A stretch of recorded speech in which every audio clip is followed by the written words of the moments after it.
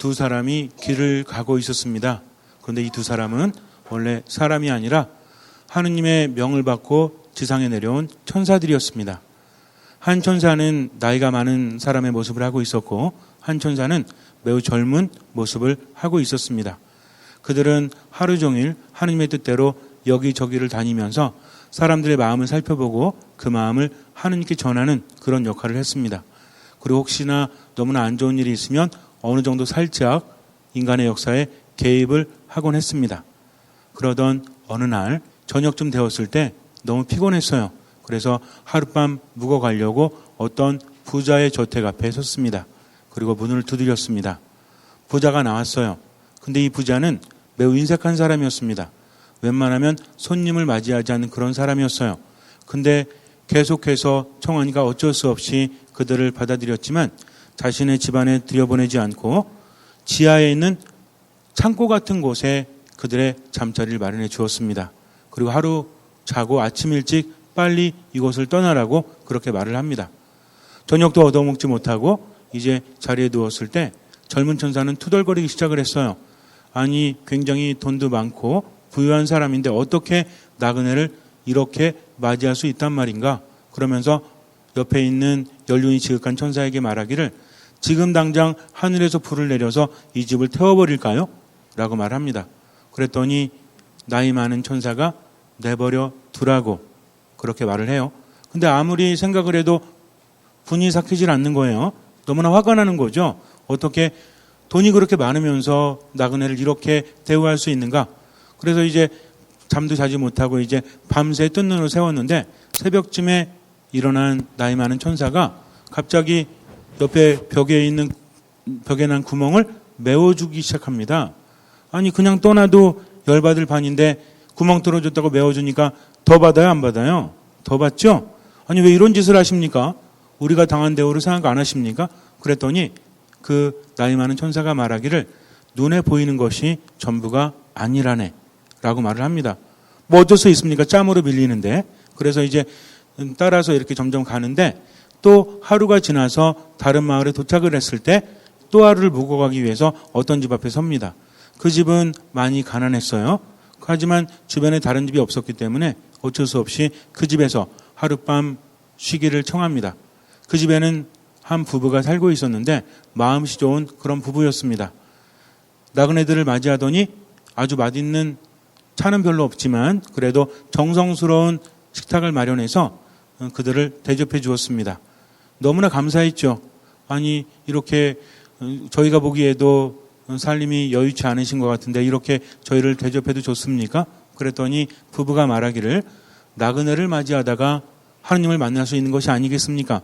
하면서 그들을 매우 잘 대접해 줍니다. 그리고 저녁이 되었을 때 자신들의 잠들을 내주는 거예요. 아니 이럴 순 없습니다. 저희가 여기서 자면 두 분은 어디서 주무십니까? 그랬더니 걱정하지 말라고 저희는 익숙하기 때문에 옆에 헛간도 아주 좋다고 우리 집은 그러니까 편히 주무시고 떠나세요 라고 말을 하고 부부는 물러갑니다. 젊은 천사는 매우 기분이 좋았어요. 어제는 정말 박대를 받았지만 오늘은 정성 어린 대접을 받았기 때문에 너무나 기분이 좋았습니다. 그래서 이 집에 어떻게 복을 내려줄 수 없는가, 뭘 도와줄 수 없는가 여기저기 살펴보았죠. 그러다가 잠이 듭니다. 그 다음날 됐는데 갑자기 집안이 어수선해요. 무슨 일인가 봤더니 두 부부가 식탁을 차려주고 나가면서 하는 말이 저희는 아침을 먹을 수가 없습니다. 어서 드시고 갈 길을 가도록 하세요. 잘 대접해드리지 못해서 죄송합니다. 라고 말해요. 무슨 일인 거에서 나가봤더니 그 집에 한 마리 있던 암소가 죽어버리고 말았습니다. 그 암소는 매일 우유를 줬고 그리고 그들이 의지하면서 살아갈 수 있는 재산 1호였다는 거죠. 근데 그 암소가 죽었어요. 젊은 천사는 너무나 화가 났습니다. 그래서 저 멀리 길을 먼저 떠나고 있는 나이 많은 천사를 쫓아가서 이렇게 말합니다. 너무 하시는 거 아닙니까? 분명히 암소가 죽지 않도록 그렇게 할 수 있었잖아요. 근데 왜 암소가 죽도록 내버려 두셨습니까? 하면서 막 화를 냈습니다. 그랬더니 나이 많은 천사가 이렇게 말해요. 눈에 보이는 것이 전부가 아니라네. 아니 아무리 전부가 아니라고 해도 이건 너무하잖아요. 그래서 가는 내내 투덜거립니다.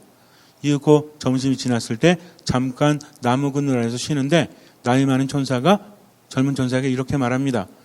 자네는 이틀 전에 내가 잠을 자고 일어나서 집에 벽을 메꾸어 주었을 때 화를 냈지. 그 집 벽에는 금덩이가 가득 들어있었네. 그런데 그 집이 원래 그 사람이 임자가 아니라 그 집을 산 사람이기 때문에 거기에 금덩이가 있다는 것을 알지 못했지. 그런데 구멍이 점점 커져서 나중에 뻥 뚫어주게 되면 그 금덩이는 누구의 차지가 되겠는가. 그래서 내가 막아놓은 것이라네. 그리고 어제 잠을 잘 때 새벽, 그러니까 오늘 새벽이죠. 그 두 부부의 집에서 잠을 잘 때 그때 새벽에 뭔가 이상해서 눈을 떠보니까 죽음의 천사가 그 집안에 있었네. 아니 자네가 여기에 웬일인가. 그랬더니 죽음의 천사가 말하기를 이 집의 부인이 이제 갈 때가 되어서 내가 데리러 왔네. 그래서 아니 어떻게 다른 방법이 없겠나. 이 집 부부는 가진 것이 없어도 굉장히 착한 사람들인데 우리를 이렇게 대접해주고 잠자리까지 내어주었다네. 그런데 죽게 내버려둘 수는 없지 않은가. 다른 방법이 없겠는가. 죽음의 천사가 한참을 생각하더니 그렇다면 그 선행을 보아서라도 목숨을 살려주도록 하겠네. 하지만 이 집에서 가장 소중한 것을 대신 데려가야 되겠네 하면서 암소를 대신 데려갔다는 거죠. 그러니 눈에 보이는 것이 전부가 아니라는 것입니다. 우리 형제님들은 어느 날 밤에 죽음의 천사가 나타나서 당신의 아내와 당신의 보물 1호 중에서 한 가지를 가져가겠다고 하면 우리 형제님들은 1번 아내, 2번 보물 1호 둘 중에 어떤 것을 가져가라고 하실래요? 왜 대답을 안 하십니까? 1번이요? 1번 아내, 2번 보물. 자, 모두 형제님들 대답하세요. 시작. 자매님들 대답하시면 어떻게 해요? 1번은 아내, 2번은 보물 1호. 시작. 2번이죠. 그죠? 그래요. 정말 세상을 살아가는데 우리가 가끔은 많이 갖고도 싶어 하지만 인생 살아가는 데는요. 정말 그래요. 제가 그냥 말하는 게 아니라 우리가 먹고 입고 자고 그리고 생활하는데 있는 것만 있으면 되지 않습니까? 뭐 수백억 수천억이 있다고 할지라도 수천 년을 살아가지 못하는데 그게 무슨 의미가 있어요? 그러니까 가지지 못한 것에 대해서 너무나 마음 아파하지도 말고 가진 것에 대해서도 자랑하지 말고 한 가지만 생각하세요. 나중에 하느님 앞에 갔을 때 하느님께서 야 네가 수천억을 모았네. 네가 수백억을 모았네. 이거 보지 않으십니다. 정말 중요한 것은 네가 평생 너에게 맡겨진 것을 어떻게 얼마나 썼는지 그것을 말씀하십니다. 그러니까 괜히 갖지도 못하는 것에 미련을 가지면 돼요? 안 돼요? 안 되죠? 있는 것에 만족하면서 자신을 위해서도 쓰세요. 다른 사람을 위해서도 쓰면서 그렇게 살아가시기 바랍니다. 마지막 날이 되면 우리에게 정말 소중한 건 돈이 아닙니다. 무엇입니까? 내게 주어졌던 하루라는 거죠. 이거 잊지 마시고요. 하루를 불평과 짜증으로 보내지 마시고 감사와 희망과 사랑으로 보내신다면 이미 여러분들은 참으로 행복한 사람이요. 참으로 부유한 사람들이죠. 그렇게 살아가시기 바랍니다. 인생이라는 게 그래요. 때로는 하느님 믿고 있으면서도 왜 이렇게 삶이 힘들까? 왜 이렇게 괴로울까?라는 생각을 할 때가 많아요. 그러나 아직은 끝나지 않았다는 거죠. 언제까지 판단하면 안 돼요? 죽을 때까지 판단하면 안 된다는 겁니다. 하느님의 눈과 인간의 눈은 다르다는 거죠. 우리가 살아가면서 무엇을 바라보느냐에 따라서 다릅니다. 지금은 정말 대단하지만 나중에 어떻게 돼요? 그것이 아주 작게 될 수도 있죠. 용두사미가 될 수도 있지 않습니까? 우리가 말할 때 보통 뭐라고 그래요? 믿지 않는 사람들도 뭐라고 합니까? 세상사 세옹지마라고 하죠. 세옹의 말이라고 있지 않습니까? 고사 중에. 그래서 정말 세상사 세옹지마라고 하지만 우린 그렇게 이야기하지 않죠. 우린 세상을 바라보면서 그냥 그래 세상에 뭔가 법칙이 있는데 어렴풋하게 살아가는 것이 아니라 누가 함께 하신다? 하느님께서 함께 하심을 믿기 때문입니다. 그래서 내일 걱정을 하지 않아요. 지난 것에 대한 상처에도 이제는 자유롭고 싶어요. 그래서 하느님께 맡기고 언제를 살아갑니까? 지금을 살아간다는 거죠. 무엇을 생각하면서? 하느님의 뜻을 생각하면서 꾸준히 기도하고 말씀 안에 머물고 미사를 하다 보면 지금 여기에서 하느님의 소리가 들립니다. 정말 들려요. 그 소리를 듣고 살아가면 돼요. 근데 어느 날 이런 소리가 들립니다. 오늘 점심은 된장찌개 말고 탕수육 먹자. 이렇게 들리면 어떻게 해야 돼요? 절 찾아오시면 돼요. 심각하게 상담을 해본 다음에 치료가 필요할 수도 있기 때문에 웃자는 얘기입니다. 얼로 들려요? 양심으로 들린다는 거죠. 헷갈리지 않습니다. 뭐가 죄고 뭐가 죄가 아니냐고요? 우리가 고해성사 볼 때도 뭘 말해야 될지 헷갈릴 때가 있죠. 사랑하지 못하면 다 죄예요. 그러니까 내가 마음이 아프면 다 죄라는 겁니다. 그러나 내가 생각할 때 이 정도면 그래 되지 않을까라고 하는 것은 미사 중에 사함을 받습니다. 미사 중에도 사제경 외우죠? 사제가 외워주죠. 언제 외워줘요? 내 탓이오, 내 탓이오, 제 탓이오 한 다음에 그 다음에 사제가 외우는 거 있죠? 이게 사제경입니다. 그러나 마음속에 남은 것은 어떻게 하면 돼요? 고해성사를 통해서 치유를 받으면 된다는 거죠. 그렇게 살아가시면 됩니다. 근데 중요한 것은 무엇이 하느님의 뜻이냐는 거죠. 여기에는 자기중심적인 것은 절대로 하느님의 뜻이 될 수 없습니다. 그 사람은요, 자신의 것을 추구하지만 결국에는 공허한 삶을 살아갈 수밖에 없어요. 왜? 하느님께서 그를 떠나시기 때문입니다. 예수님께서 뭐라고 하십니까? 제자들에게 사람들이 나를 누구라고 하느냐? 그랬더니 예수님의 제자들이 신나서 말하죠. 어떤 사람은 세례자 요한이라고 하고 어떤 사람은 엘리야라고 합니다. 이 두 사람은요, 이스라엘 백성들에게 있어서 정말 대단한 사람이에요. 엘리야는 구약의 예언자 중에 대단한 사람이죠. 세례자 요한은 어떤 사람이었어요? 비교적 요즘 세대에 정말 최고의 그런 예언자였다는 겁니다. 그러니까 예수님을 누구로 보고 있는 거예요? 예언자로 보고 있는 거죠. 예언자는 누구의 말씀을 전하는 사람들이죠?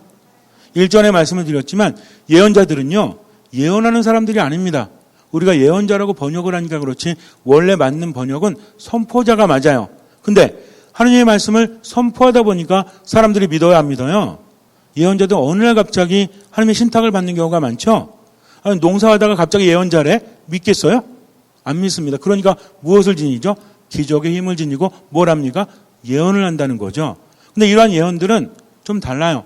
너희들이 회개하지 않으면 하나님의 뜻 안에 머물지 않으면 이러한 일들이 일어날 것이다 라고 예언을 하죠. 그러니까 예언을 하긴 하지만 그에 대한 키는 누가 갖고 있죠? 자, 보세요. 너희들이 이렇게 하지 않으면 이러한 일들이 일어날 것이다 하면서 기적의 힘과 함께 뭐가 일어나요? 예언이 일어나죠. 그럴 때 사람들은 그 예언을 받아들이고 어떻게 합니까? 죄를 뉘우치면서 통회하죠. 그럼 무슨 일이 일어나요? 그 재앙이 찾아오지 않는다는 겁니다. 물론 전체적인 주도권은 하느님께 있지만 그러나 예언을 함에 있어서 여기에 대한 선택은 누가 해야 되는 거예요? 그 예언을 듣는 당시에 사람들이 해야 한다는 겁니다. 이게 중요하다는 거죠. 그래서 예언자 그러면 이스라엘 백성들에게는 정말 최고의 존재입니다. 예수님을 누구로 봤다? 예언자로 봤다는 거죠. 근데 예수님께서는 그것이 중요하지 않아요. 자, 그렇다면 너희는 나를 누구라고 하느냐? 이게 중요합니다. 왜냐하면 우리도 그렇잖아요. 우리 어르신들 잘 모르시겠지만 젊은 사람들은 썸 탄다고 하죠. 표정들이 왜 이러시지? 우리 어르신들 제가 예전에 그런 얘기 했더니 어떤 어르신이 저는 남편 얼굴도 모르고 시집 왔어요. 이런 분이 있더라고요. 그러신 분 손 들어보세요. 다행인지 없으시네요. 뭐죠? 이제 정말 친하게 지내다가 친구하다가 이렇게 하다가 그러다가 이제 연인 될 때쯤 있죠. 이때 좀 뭔가 확인을 받지 않습니까? 나에 대해서 어떻게 생각해? 그랬더니 그냥 뭐 좋아, 좋은 사람이야 라고 하면 고백이 됩니까? 뭔가 특별하게 그런 거 있잖아요. 눈빛이 뭔가 특별한 것 같아. 느낌은 그래. 근데 확인해 봐야 되겠죠? 그래서 나에 대해서 어떻게 생각해? 좋은 사람, 괜찮은 사람, 멋진 사람, 끝! 이러면 어떻게 해요? 고마워. 그래. 끝나죠? 근데 뭔가 특별한 의미가 있다라고 말하면 그때 뭐라고 합니까? 나랑 사귀어 주겠니? 하면서 서로 사귀면서 친구와 연인의 차이가 뭐죠? 친구끼리는 이야기, 대화를 많이 하지만 연인이 되면 어떻습니까? 나에 대해서 알려주고 싶어요? 안 알려주고 싶어요? 그러니까 집안 사정 다 이야기하죠? 그러다가 결혼할 때쯤 되면 어때요? 우리 집에 웬만한 정말 알리고 싶지 않은 몇 가지 빼고서는 다 그에게 알려줍니까? 안 알려줍니까? 이게 무슨 얘기예요? 나에 대해서 알려주고 싶은 거죠. 예수님도 마찬가지십니다. 너희는 나를 누구라고 하느냐? 그랬더니 베드로 사도가 뭐라고 하죠? 스승님은 그리스도이십니다. 그리스도는요, 히브리어로 메시아라고 하는 겁니다. 그리고 히라버로 그리스도라고 하는 거예요. 기름 부음을 받은 자, 누굽니까? 구원자라는 거죠.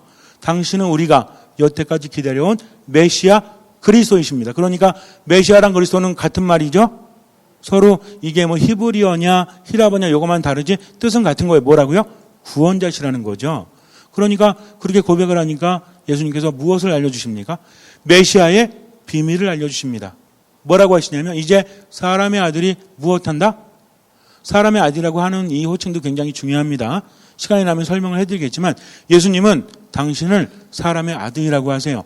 예수님은 하느님이시죠? 근데 사람의 아들이라고 하는 이유가 아주 매우 중요합니다. 어쨌든 나중에 알려드리겠지만 어쨌든 사람의 아들이 이제 순환을 당하고 고난을 받고 배척을 받았다가 이제 십자가 위에서 죽었다가 사흘 만에 부활할 것이다라는 메시아의 무엇을? 비밀을 알려주십니다. 그랬더니 베드로가 그냥 1절만 했으면 됐는데 또 뭐라고 합니까? 여기는 사실 잘 안 나오죠. 다른 복음을 보면 뭐라고 하죠? 안 됩니다. 절대로 그러한 일이 일어나지 않을 것입니다. 하고 예수님은 반박하죠. 이거는 인지상정이죠. 예수님께서 뭐라고 하셨어요? 야 얘들아 이제 내가 고난을 받고 배척을 받고 나 죽을 거야. 이렇게 말하니까 안 된다고 해야 돼요? 아니면 된다고 해야 돼요? 여러분들 부모님이 어느 날 불러놓고 얘들아 내가 나이가 들고 너희들한테 신세만 주고 있으니까 이제 뭐 별로 안 살아도 될 것 같다. 이제 죽을 일만 남았다 그랬더니 자식들이 그러면 오동나무 간으로 할까요? 아니면 이러면 돼요? 안 돼요? 안 되죠. 병원에 입원해 있는 어머니가 얘들아 병원비 많이 들지? 나 이제 퇴원해도 좋아. 괜찮아. 이제 나 살 만큼 살았어. 그랬더니 뭐라 그래요? 알았어요 엄마 오늘 저녁에 당장 퇴원 수속할게요. 그러면 돼요? 안 돼요? 안 된다는 거죠. 우리 그렇지 않습니까? 아유 내가 죽어야 돼. 친구들한테도 아유 내가 살아서 뭐하니. 능력도 없고 그냥 가진 것도 없고 그래 어여 뒤져라 그냥 뭐 어디 좋은 데 알려줘? 저기 도덕상 가서 목매달을래? 아니면 뛰어낼래? 이러면 돼요? 안 돼요? 안 된다는 겁니다. 근데 예수님은요 뭐라고 하십니까? 사탄아 내게서 물러가라. 너는 하느님의 일은 생각하지 않고 사람의 일만 생각하는구나 라고 하십니다. 지금 이 순간에 베드로는 누구에게 사탄이에요? 예수님께 사탄입니다. 왜? 예수님을 유혹하고 있기 때문에 그래요. 그분은 인간의 운명을 대신 짊어져야 합니다. 그래서 원래 인간이 죽을 운명이라고 그랬죠? 그분이 죽으셔야 되는 거예요. 그리고 그분이 다시 사셔야 합니다. 죄가 없는 하느님이 인간이 되셔서 인간을 위해서 십자가를 지고 올라가셔서 처참하게 버림받고 죽어야만 되는 거죠. 이것이 인간의 운명이에요. 이것을 바꾸기 위해서 그분이 그렇게 해야 됩니다. 그런데 사탄은 말해요. 아니 어차피 버림받을 거 생각해봐. 네가 이렇게 죽어도 사람들 안 변해. 죽지 마. 꼭 이렇게 죽어야 돼. 그냥 기적 몇 개 보여주면 사람들 놀라서 따르지 않겠어? 왜 굳이 이렇게 죽어야 돼? 우리 그거 있잖아요. 누이 좋고 매부 좋고 윈윈 전략이라고 하죠 요즘에. 누구 하나 왜 죽습니까? 서로 살면 되지. 예수님도 편안하게 제자들과 함께 재밌게 살고 기적 좀 보여주다가 사람들이 예수님 따르면 그냥 잘 가르쳐주고 좀 말 안 듣는 애들이 있으면 어떻게? 또 기적 한번 보여주고? 그러면 되지 않습니까? 예수님께 그런 능력이 있어요 없어요? 있습니다. 근데 왜 안 돼요? 이것이 바로 하느님의 뜻이 아니기 때문입니다. 예수님은요 삼위일체 하느님이시지만 역할이 다르다고 했죠. 성자라서 성부보다 낮은 게 아닙니다. 여기 삼위일체 이콘이 있지만 나중에 또 설명을 드릴 거예요. 성자 하느님은 성부 하느님보다 낮은 분이 아닙니다. 근데 역할이라는 거죠. 어떤 역할인지 아세요? 인간이 되어야 됩니다. 인간이 죄를 졌기 때문에 누가 갚아야 돼요? 인간이 갚아야 한다는 거죠. 근데 지금 예수님은요 하느님으로서 하느님에게 순명하는 것이 아니라 누구로서? 완전한 인간으로서 하느님께 순명해야 되는 한 인간 존재 예수라는 거죠. 그러니까 뭐라고 합니까? 사람의 아들이라고 하십니다. 이것을 방해하는 거예요. 즉 사탄이 세 가지 유혹을 하죠. 예수님께 세 가지 유혹하죠. 광야에서 40주야를 단식한 다음에 세 가지 유혹을 하죠. 첫 번째 유혹이 뭐예요? 이 돌을 빵으로 만들어 봐라. 근데 왜 그런지 알아요? 자꾸 예수님 안에서 신성을 끌어내려고 합니다. 하느님이시잖아요. 근데 왜 자꾸만 인간인 척 하십니까? 이렇게 하는 겁니다. 사탄이 뭐라고 합니까? 저희는 당신이 누구신지 압니다. 당신은 지극히 높으신 하느님의 아들 그리스도이십니다. 예수님 뭐라고 하십니까? 닥치고 나가라고 하죠. 당신에 대해서 발설하지 말라고 합니다. 왜? 예수님이 하느님이 되고자 한다면 하느님의 본성을 찾고자 한다면 이건 뭐예요? 인간으로서 가진 겸손이 사라지는 거죠. 구원될 수가 없기 때문입니다. 그러니까 예수님은요 세상에 왜 오셨어요? 기적 보여주시려고? 좋은 말씀 해주시려고? 물론 그렇죠. 근본적으로 왜 오셨습니까? 우리를 대신해서 십자가 위에서 돌아가시기 위해서 오셨다는 거죠. 그러나 이것이 너무나 힘들어요. 뭐라고 하십니까? 아버지 이 잔을 제게서 거두어 주십시오. 그러나 제 뜻대로 마시고 아버지 뜻대로 하소서 이렇게 하시죠. 이러면서 그 길을 걸어가야 되니까 지금 베드로가 안 된다라고 하는 것은 예수님께 무엇입니까? 사탄이 하는 짓이다. 사탄의 어원이 뭐냐면 방해하는 자예요. 사탄은 무서운 존재 이런 게 아닙니다. 뭐 하는 존재? 방해하는 존재. 무엇을 방해합니까? 우리가 하느님 안에 머무는 것을 방해하는 존재라는 거죠. 자, 오늘 천사하고 사탄 이야기를 했죠. 천사 얘기 처음에 했죠. 천사는 어떤 사람들이 천사예요? 천사는 뭐 우리가 알고 있는 천사는 세 천사가 있죠. 누구 있어요? 미카엘, 가브리엘, 라파엘. 그런데 이 끝에 엘이 붙죠. 엘자 돌림입니다. 세 분 외에는 이름을 거론하면 안 돼요. 굳이 천사 이름을 알 필요가 없다는 거죠. 왜냐하면 천사는 이름이 중요한 것이 아니라 그들이 하느님과 연관되어서 맡은 바 임무가 중요하다는 겁니다. 그래서 천사는요, 존재도 중요하지만 무엇이 더 중요하다? 그들이 맡은 바 임무가 더 중요하다는 거죠. 자, 그렇다면 천사는 어디 있습니까? 하늘에만 있어요? 여기도 있어요. 여러분들이 하느님 안에 머물면 누가 되는 겁니까? 천사가 되는 거예요. 근데 여러분들이 하느님의 일을 생각하지 않고 사람이만 생각하면 뭐가 되는 겁니까? 사탄이 되는 겁니다. 기분이 나쁠지 모르겠지만 우리는 하루에도 수없이 사탄이 돼요. 하루에도 수없이 천사가 되기도 한다는 거죠. 중요한 것은 어떤 것이 하느님의 뜻이냐 이거죠. 어떤 사람은 인생을 바라보면서 팔자 타령하죠? 그럼 돼요, 안 돼요? 안 됩니다. 우리는 모두 고귀한 존재죠? 누굴 닮았기 때문에? 하느님을 닮았기 때문입니다. 그럼 어떻게 살면 돼요? 기쁘게 살면 돼요? 행복하게 살면 돼요? 하느님 안에서. 하느님의 일을 생각합니다. 경제적으로 빈곤하고요. 그리고 배운 것도 별로 없고 능력이 없어도 살아있음에 감사하면서 최선을 다한다면 그 사람은 행복한 사람이에요. 왜? 하느님의 일을 생각하기 때문입니다. 근데 맨날 자기중심적이야. 난 가진 것도 없고 이런 사람 만났고 나는 지지를 복도 없고 이런 뭐예요? 누구 일만 생각하는 거야? 사람의 일만 생각하는 거죠. 예수님은 순환 받으셔야 됩니다. 예수님 십자가 위에서 돌아가셔야 돼요. 그러나 그분은 부활하십니다. 하느님의 눈과 사람의 눈은 다르다는 거죠. 그러니 실망하면 돼요, 안 돼요? 안 돼요. 인색하면 돼요, 안 돼요? 안 돼요. 잠시 눈을 감으세요. 때로는 삶이 힘들 때가 있죠. 스스로에 대한 인생에 대한 판단을 할 때가 있습니다. 절대로 판단하지 마십시오. 그저 지금을 살아가십시오. 만에 하나 내 몸이 너무나 힘들어서 죽을 병에 걸렸다고 할지라도 그저 오늘을 살아가면 됩니다. 아무리 판단하고 불평해도 나아지는 것은 아무것도 없기 때문입니다. 주변의 환경이나 가족에 대해서도 판단하지 마세요. 내가 할 것만 하면서 세상을 살아가십시오. 그리고 또 한 가지, 내가 뭔가를 가지고 있다면 그것을 어쨌든 베풀면서 살아가세요. 왜냐하면 하느님께서 기억하시기 때문입니다. 우리는 눈 앞만 보지만 하느님은 인생 전체를 보십니다. 그러니 어떤 경우에 있다고 할지라도 절대로 판단하지 말고 모든 것을 주님께 맡기십시오. 미사, 말씀, 기도 안에서 하느님의 일을 생각하면서 듣는 마음으로 겸손되이 머무십시오. 지금 여기에서 베풀면서 살아가십시오. 그저 최선을 다해서 이 순간만 살아가십시오. 주님께서는 그 믿음을 보시고 우리 삶에 놀라운 기적을 일으켜 주실 것입니다. 아멘.